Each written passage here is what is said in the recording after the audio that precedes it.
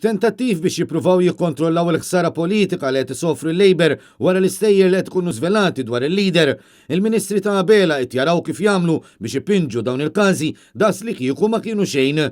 Fost l-aħħar minn sensiela ta' stejjer skandalużi, it-Times irrapportat li Robert Abela kien involut fi ftehim dwar proprjetà ma' ċertu Christian Borch li hu wieħed minn 6 akkużati b'każ ta' ħtif ta' persuna bil-vittma saħansitra kien meddet li jistuprawlu lill-oħtu u li jaqtawlu supajh barra. Minnaħa tiegħu Borch kemm il-darba ftaħar fuq il-medja soċjali li hu ħabib tal-lider Laburista fil-waqt li Abela nnifsu baqa' ma ċaħadx relazzjoni lil mix-xogħol professjonali tiegħu mal-allegat kriminali.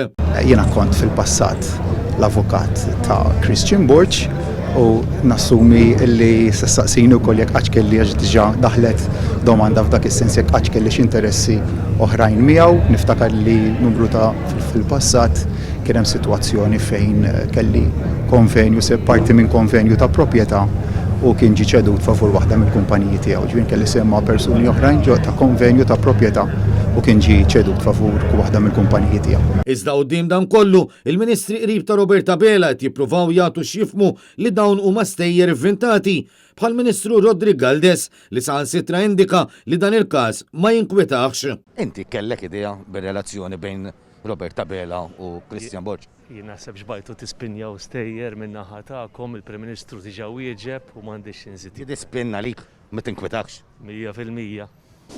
Minnaħa tiegħu il-Ministru Clayton Bartolo qal li jinkwetaħ aktar min jipprova jevadi t-taxxa.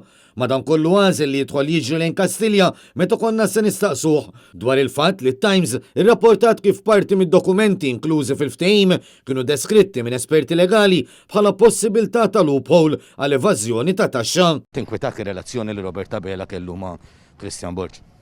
Jinkwetana ma jħallas it-taxxa f'dal pajjiż. Iva, kellu evażjoni wkoll. Jrid jilagħba. Hemm relazzjoni ta' evażjoni tat-taxxa. Ma jħallas it-taxxa.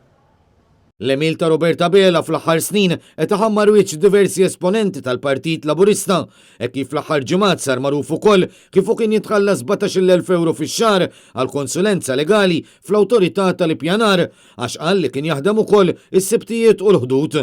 Flejjes li issa ġie żvelat li jaf saħansitra telgħu għal 28,000 euro fix-xahar. Dan kollu qed iseħħ f'nofs battalja interna li qed taħkem lil Partit Laburista ftit ġimgħat biss qabel elezzjoni ġenerali bejn il-klikka ta' Abela u l-klikka ta' Joseph Muscat wara li l-eks Prim Ministru ħareġ jattakka lil Abela f'diversi messaġġi li jagħmel fuq Facebook.